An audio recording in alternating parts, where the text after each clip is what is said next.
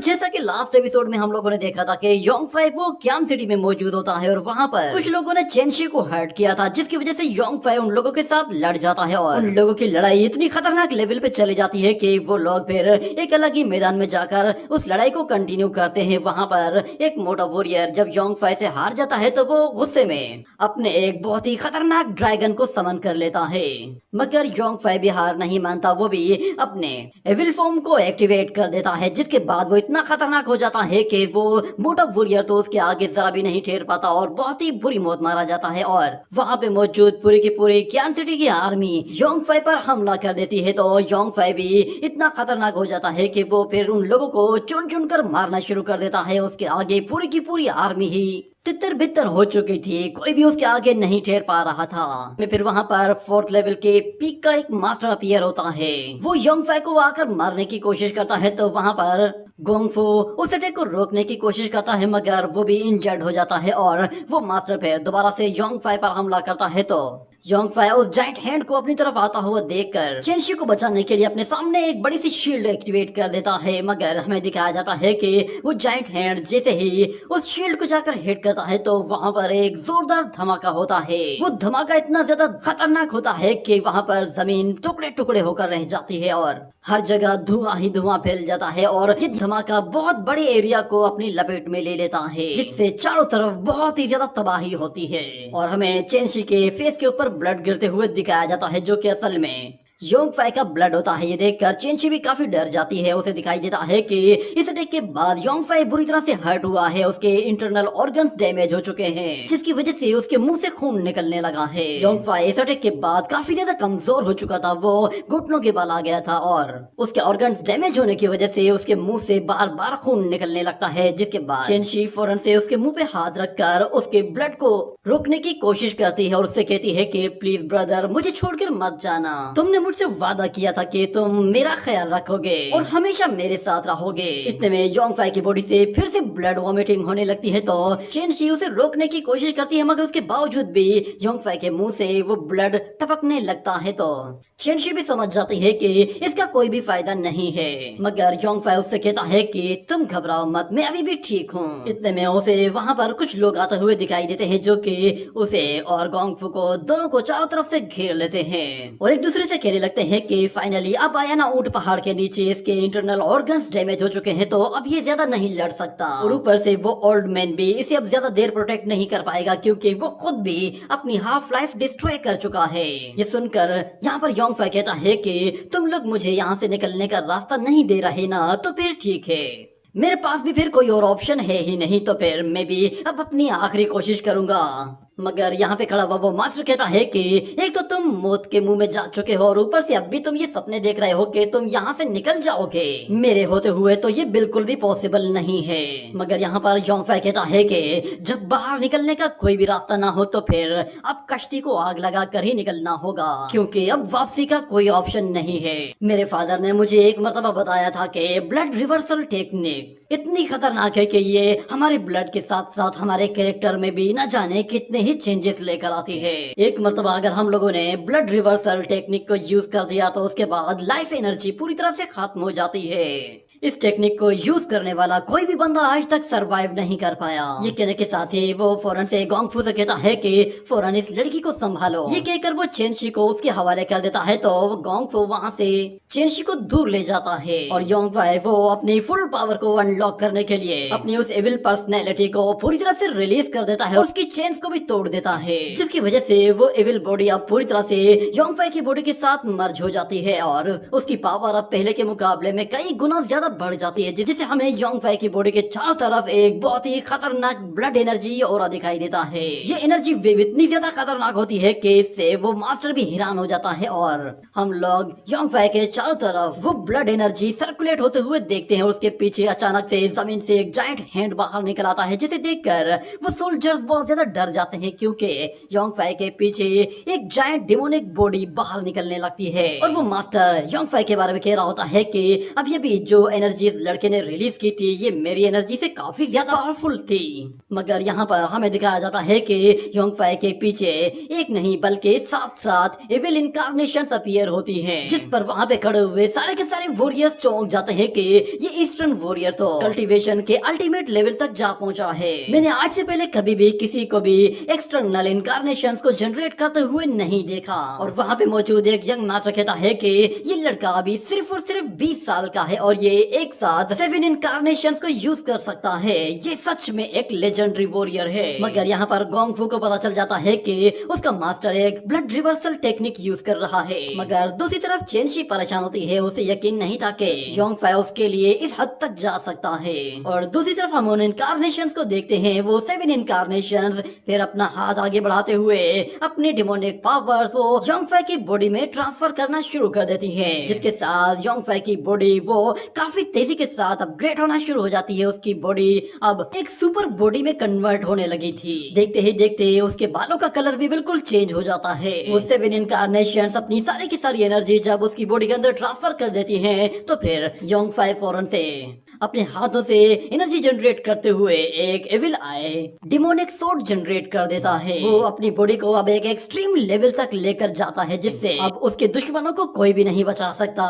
उसे पता था कि अब आर या पार का खेल है। वो गोंग फू से कहता है कि फौरन से चेंशी को लेकर यहाँ से दूर चले जाओ। तो गोंग फू फौरन से चेंशी को उठाता है और वहाँ से दूर भागने की कोशिश करता है। और चेंशी से कहता है कि मैं नहीं जानता कि तुम यूशिन हो या नहीं, पर मैं इतना जानता हूँ कि मैं अपनी प्रीवियस लाइफ में तुम्हें नहीं बचा पाया था, पर मुझे सारी जिंदगी उसका अफसोस रहेगा। मगर क्योंकि तुम मुझे अब दोबारा से मिली हो तो मैं तुम्हें अब दोबारा से ऐसे खोने नहीं दूंगा। मैं दोबारा से अब पछताना नहीं चाहता, क्योंकि पिछली लाइफ का अफसोस मुझे आज तक अंदर ही अंदर खाए जा रहा है। अब मैं दोबारा से उस सेम सिचुएशन से नहीं गुजरना चाहता। ये कहने के साथ वो अपनी सोर्ड को अटैक के लिए रेडी करता है और कहता है कि मैंने विल ऑफ हेवन के अगेंस्ट जाना है और अपनी और यूशिन की किस्मत को बदलना है। उसकी डिमोनिक सोर्ड से एक धुआंधार एनर्जी रिलीज होती है, जो कि बहुत ही ज्यादा होती है।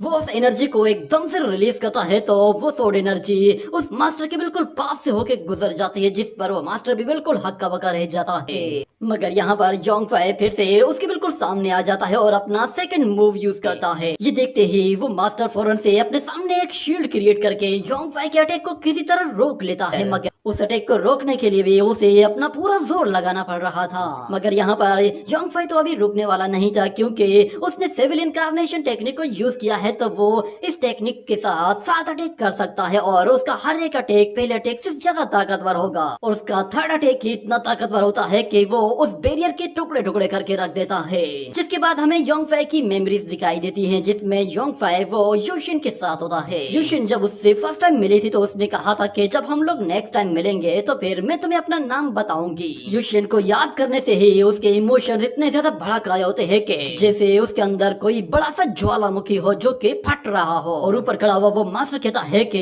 इसकी सोर्ड एनर्जी वो हर अटैक के बाद बहुत ज्यादा बढ़ जाती है। ये कहने के साथ ही वो योंगफाई को अटैक करता हुआ देखता है तो वो भी फौरन से अपनी वो जायंट हैंड टेक्निक यूज कर देता है। मगर यहाँ पर योंगफाई को किसी चीज की कोई परवाह नहीं थी। वो हर एक अटैक को डिस्ट्रॉय करने के लिए तैयार था। वो अपनी सोर्ड एनर्जी के साथ उस जायंट हैंड को पूरी तरह से तितर बितर करके रख देता है।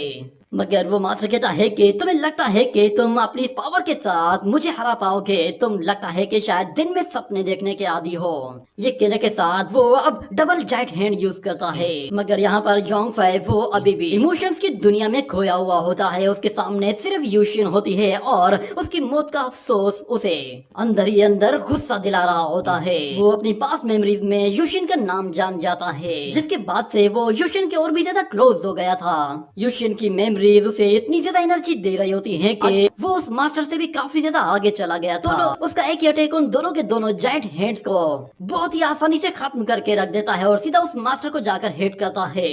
इस अटैक की वजह से वो मास्टर भी इंजर्ड हो गया था और उसके मुंह से भी खून निकलने लगा था। मगर जब वो योंगफाई की तरफ देखता है तो उसे पता चल जाता है कि ये लड़का अपने हर एक सोर्ड एनर्जी अटैक के साथ अपनी लाइफ पावर को यूज कर रहा है। देखते ही देखते यहाँ पर योंगफाई अपनी सोर्ड को हवा में लहराता है तो उसकी सोड एनर्जी पूरी तरह से पूरा का पूरा आसमान ही कवर कर लेती है। ये देखते ही वो मास्टर कहता है कि तुम्हें लगता है कि मैं तुम्हारे सामने हार मान जाऊंगा। ये कहने के साथ वो फौरन से अपनी 10,000 सोड टेक्निक को यूज करता है। वो 10,000 सोड बहुत ही तेजी के साथ योंगफाई की तरफ जा रही होती है, मगर यहाँ पर योंगफाई का गुस्सा वो सर चढ़ता जा रहा होता है और उसे अभी भी उन ड्रीम्स में यूशिन दिखाई दे रही होती है। वो उसे अपनी आंखों के सामने मरता हुआ देखता है और उसके लिए कुछ भी नहीं कर पाता, क्योंकि वो अपनी पास्ट लाइफ में अपनी कल्टीवेशन को डिस्ट्रॉय कर बैठा था। मगर इस लाइफ में वो अब ऐसा कुछ भी नहीं करने वाला था। वो हर हाल में सेम सिचुएशन को रिपीट होने देने वाला ही नहीं था। वो कहता है कि प्लीज गॉड मुझे मेरा ब्लड और मेरी लाइफ वापस कर दो। ये कहते हुए वो इस मर्तबा अपनी बॉडी से एक बहुत ही खतरनाक एनर्जी और रिलीज करते हुए अपनी पावर को एक एक्सट्रीम लेवल तक पहुंचा देता है, जिसके साथ हमें उसकी ब्लड एनर्जी के साथ साथ एक गोल्डन एनर्जी को भी दिखाया जाता है जो कि उसकी बॉडी के साथ मर्ज हो रही होती है। और योंगफाई एक साथ ही दोनों की दोनों एनर्जीज को एक साथ कंबाइन करते हुए उसके साथ अपनी पूरी ताकत के साथ हमला कर देता है। ये वाला एनर्जी अटैक इतना खतरनाक होता है कि उसके सामने 10,000 सोर्ड्स भी बिल्कुल तिनकों की तरह बिखर जाती हैं। और वो मास्टर अपनी तरफ इतने बड़े एनर्जी अटैक को आता हुआ देखकर फौरन से अपने सामने एक सोल्ड शील्ड बना लेता है, मगर वो अटैक जैसे उससे टकराता है तो उस मास्टर को भी लग पता जाता है कि उसने किससे पंगा ले लिया है। आहिस्ता आहिस्ता उसकी सोल्ड शील्ड कमजोर पड़ना शुरू हो जाती है और ऊपर से वो एनर्जी बिल्कुल भी रुकने का नाम ही नहीं ले रही थी। देखते ही देखते वो सोल्ड एनर्जी इतनी जोर से उस मास्टर को हिट करती है कि वो पीछे एक दीवार पे जा लगता है। इस अटैक के बाद से उसको काफी ज्यादा इंजरीज हुई थी, यहाँ तक कि वो मास्टर अब ब्लड वोमिटिंग करने लगता है। पर उसे दिखाई देता है कि यहाँ पर योंगफाई की लाइफ एनर्जी वो आहिस्ता आहिस्ता डिसअपियर होने लगी है, जिसके बाद उसे अब एक उम्मीद सी आ जाती है कि ये लड़का बहुत जल्द मरने वाला है।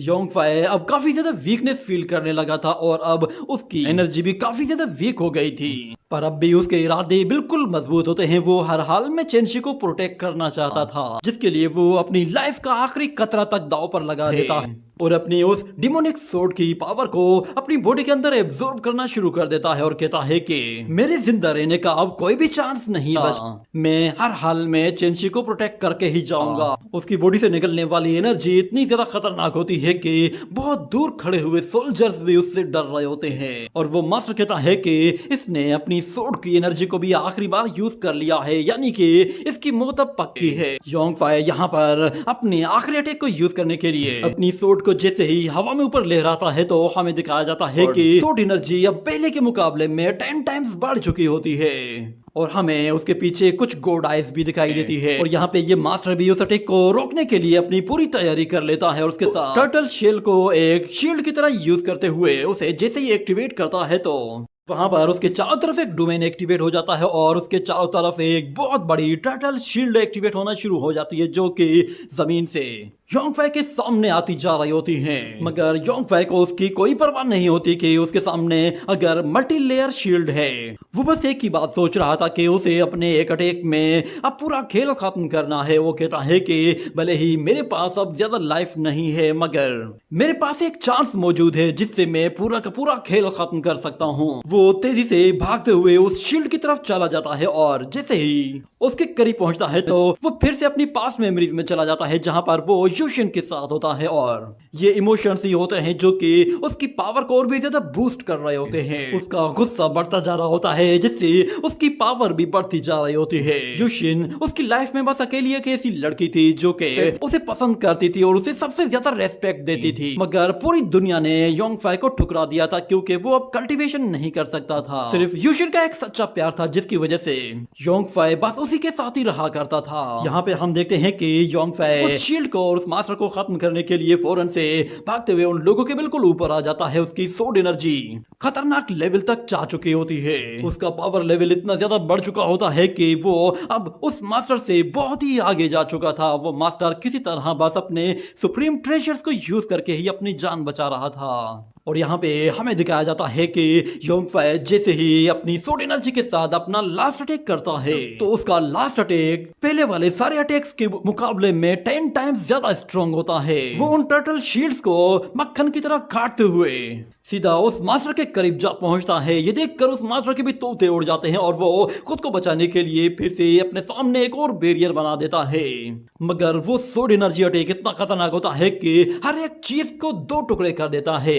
यहाँ तक कि वो पूरा का पूरा पैलेस ही बीच में से कट गया था और आसमान में मौजूद क्लाउड्स भी दो हिस्से हो गए थे। हर एक चीज पूरी तरह से नेस्तो नाबूद हो चुकी होती है। योंगफाई ने कुछ भी नहीं छोड़ा था, मगर साथ में उसने अपनी पूरी की पूरी लाइफ एनर्जी को भी गवा दिया था, जिसकी वजह से अब उसमें दोबारा अटैक करने की जरा भी ताकत नहीं होती और ना ही वो अपने पैरों पर ठीक से खड़ा हो पा रहा था। उसे पता था कि इस टेक्निक को फुल यूज करने के बाद उसके सरवाइव करने के चांस बिल्कुल जीरो है। और यहाँ पर चेनशी उसे जब इस हाल में देखती है तो वो उसके पास जाने के लिए गोंगफू को जोर से काटती है और अपने आप को छुड़ाकर वहां से भागती है। मगर जब वो रास्ते में गिरती है तो वो दोबारा से खड़े होकर भागती है और योंगफाई के पास जाती है, मगर योंगफाई वहां पर नीचे पड़ा हुआ होता है। मगर यहाँ पर अभी भी वो मास्टर जिंदा बच गया था। ये देखकर गोंगफू भी हैरान हो जाता है और वो मास्टर जोर जोर से हंस रहा था और कहता है कि फाइनली इस लड़के का काम तमाम हो गया। वहाँ पे जितने भी सोल्जर्स होते हैं वो सारे के सारे दोबारा खड़े हो जाते हैं। यहाँ पर ये मास्टर योंगफाई को मारने के लिए उसके करीब आते हुए एक फूल को भी कुचल देता है और योंगफाई से कहता है कि फाइनली तुम्हारा एविल वे वो खत्म हो गया। मैं तुमसे बेहतर हूँ क्योंकि मैं अब भी अपने पैरों पर खड़ा हूँ। उसे आगे आता देखकर गोंगफू योंगफाई को बचाने के लिए जाता है, मगर वहां पे मौजूद सोल्जर्स वो गोंगफू को रोक लेते हैं और वो मास्टर फौरन से अपनी सोड एनर्जी के साथ अपनी सोड को अपनी तरफ खींच कर ले आता है और योंगफाई को मारने के लिए जैसे उसके करीब आता है तो यहाँ पर यूशिन वो सामने खड़ी होकर कहती है कि मेरे एल्डर ब्रदर को हाथ भी मत लगाना।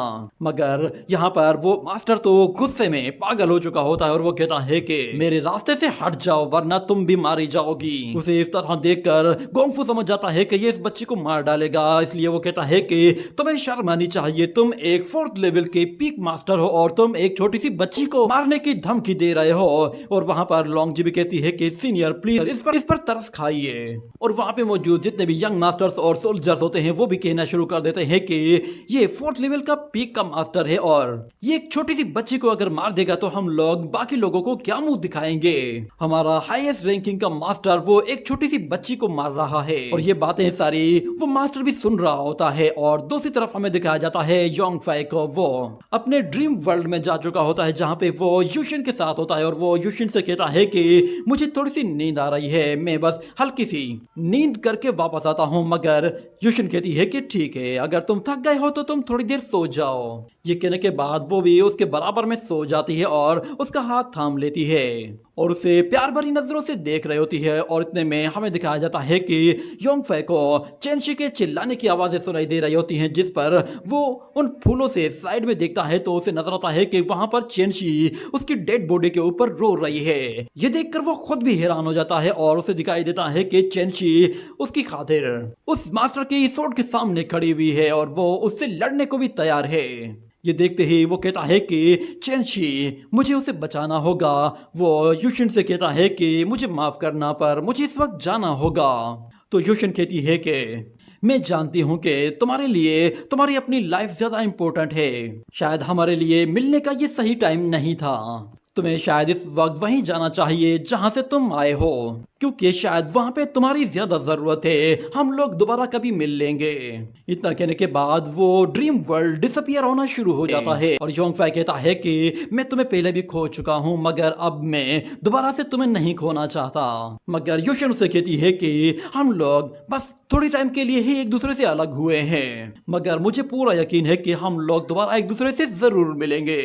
ये कहने के साथ वो दोनों ही एक दूसरे से अलग हो जाते हैं और योंगफाई वो अपने ड्रीम वर्ल्ड से बाहर आने के लिए एक लाइट की तरफ आगे बढ़ता है और दूसरी तरफ हम देखते हैं कि वो चेनशी को मारने वाला होता है तो योंगफाई होश में आ जाता है और वो चेनशी को पीछे खींचते हुए उस सोड पर एक जोरदार पंच दे मारता है, जिस पर वो मास्टर भी हैरान हो जाता है। योंगफाई अपने पंच के साथ उस सोड के टुकड़े टुकड़े कर देता है और साथ में उस मास्टर को भी उठाकर दूर फेंक देता है। सब लोग योंगफाई पर दोबारा से हैरान होते हैं। उन्हें यकीन नहीं आ रहा होता कि योंगफाई ने अपना पूरा लाइफ स्पेन यूज करने के बाद दोबारा से लाइफ को कैसे अचीव कर लिया है। और वो मास्टर भी बिल्कुल हैरान होता है और कहता है कि अच्छा तो तुम दोबारा से रीइंकार्नेट हो सकते हो।